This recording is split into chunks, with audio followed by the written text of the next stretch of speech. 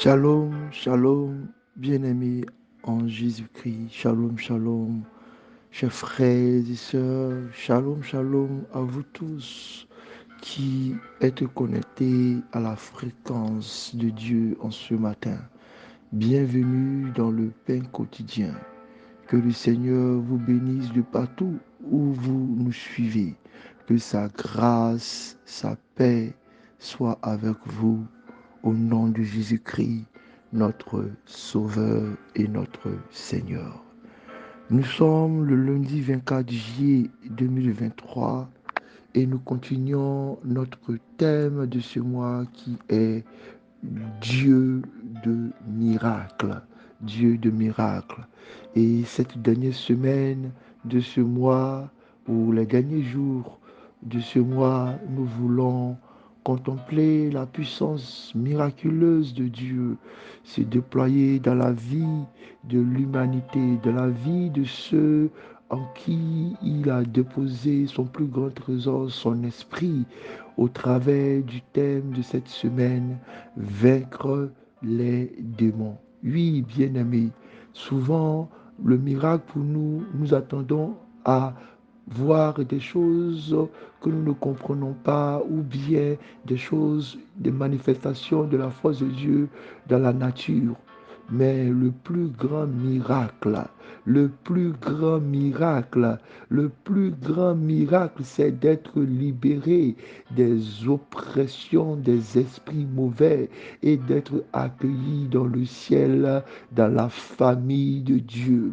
Nous sommes donc cette semaine en train de parcourir par la grâce de Dieu ce thème, vaincre les démons.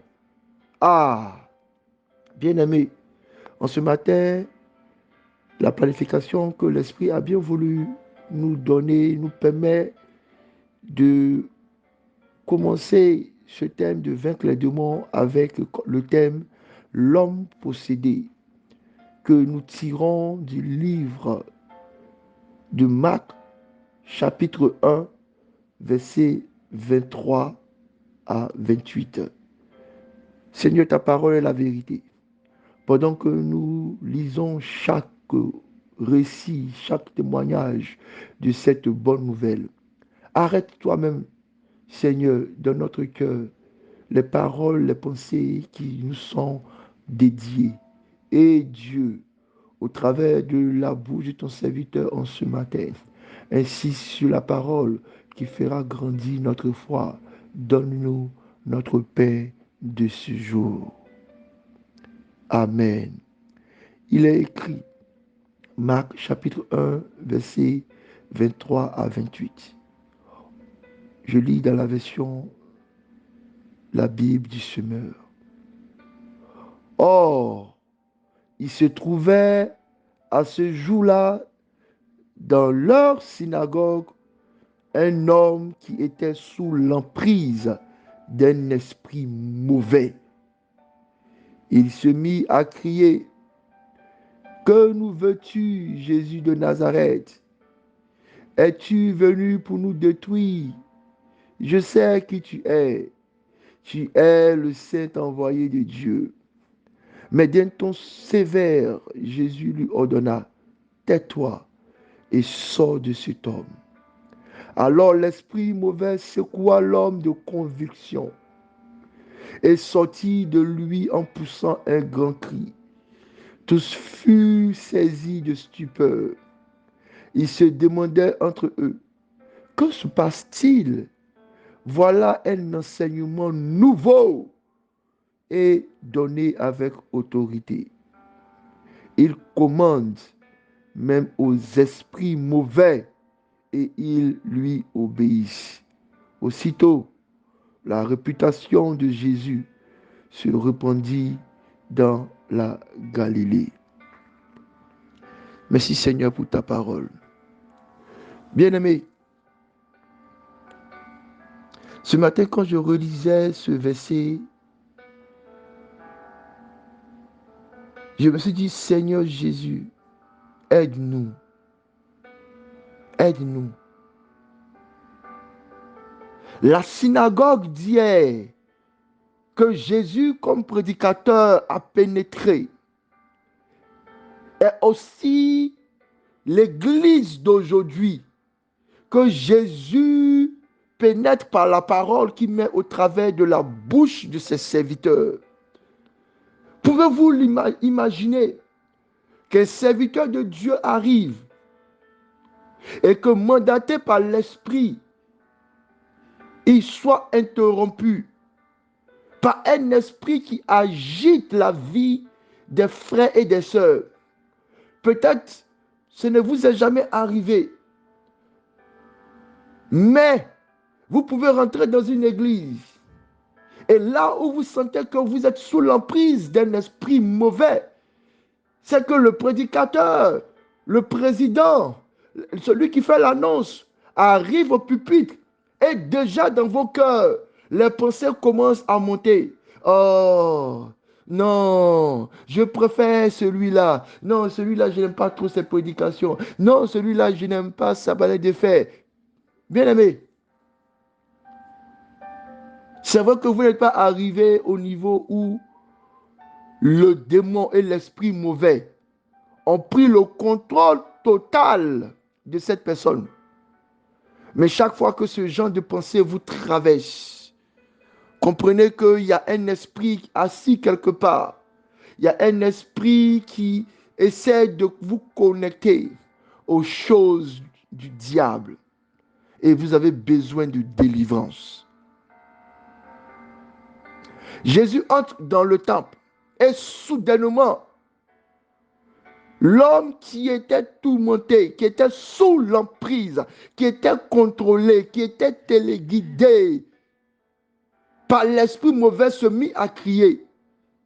C'était tellement fort la présence de la parole, la présence de la vérité, la présence de la révélation, que l'esprit a explosé naturellement jusqu'à ce qu'on l'entende par un cri. Mais souvent, il arrive que la présence, la puissance, la vérité qui est portée par un serviteur de Dieu vous fait aussi crier à l'intérieur de vous. Oh, encore lui! On vous empêche de crier. C'est grave. Si aujourd'hui, dans nos églises, dans nos communautés, nous sommes sous l'emprise d'un esprit mauvais, c'est comme ça que Saül, à petits pas, en regardant David, celui que Dieu a oint pour le succéder, à petits pas, a laissé cet esprit mauvais, finit par assiéger sa vie, à être tourmenté dans la présence de David, jusqu'à finir maintenant par être tourmenté tout le temps. Bien-aimés, voici un indice pour nous en ce matin que Dieu nous donne, pour que nous puissions identifier les influences pour lesquelles nous devons nous lever en prière. Nous devons identifier les influences, les sentiments pour lesquels nous devons nous lever en prière. Sinon, nous penserons que nous sommes en train de croître. Mais malheur, nous penserons que nous sommes en train de devenir plus spirituels. Mais malheur, nous penserons que nous sommes en train de commencer à devenir des super ouins. Mais malheur, le diable, par la séduction qu'on ne voit pas, par la manipulation tendancieuse, aura fini par lier nos vies. Il n'attendra que le jour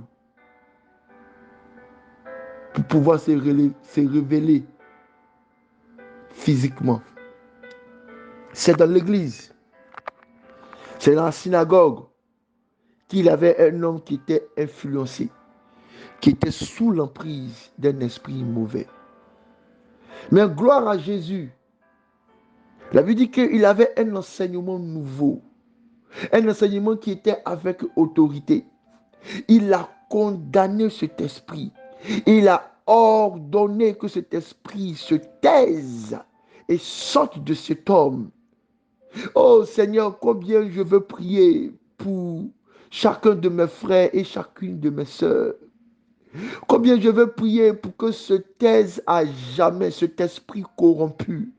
Cet esprit qui commence à influencer, cet esprit qui commence à détruire, à modifier les piliers de la communion fraternelle, à envoyer des gens à se déconnecter, à pousser des gens dans des endroits malsains.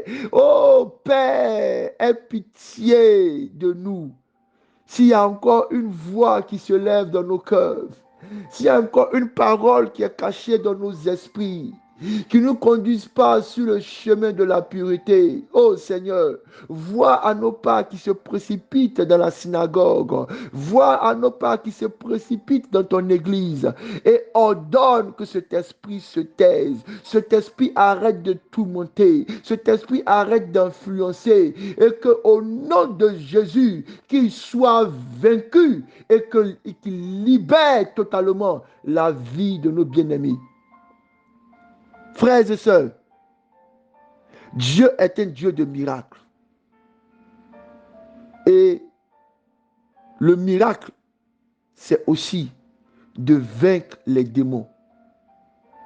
Ces anges déçus, si puissants, si malins,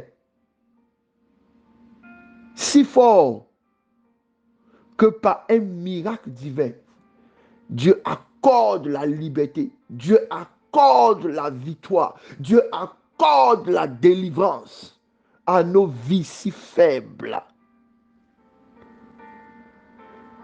Seigneur, que ton esprit souffle en ce matin.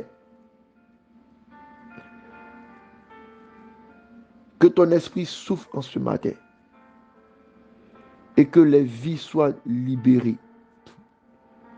Ceux qui entendront ce pain d'aujourd'hui, invite-les à se poser devant le scanner de la vie et à poursuivre jusqu'à vaincre toutes ces voies des esprits mauvais qui cherchent à influencer, à corrompre et finalement, malheureusement, à posséder la vie de nos bien-aimés.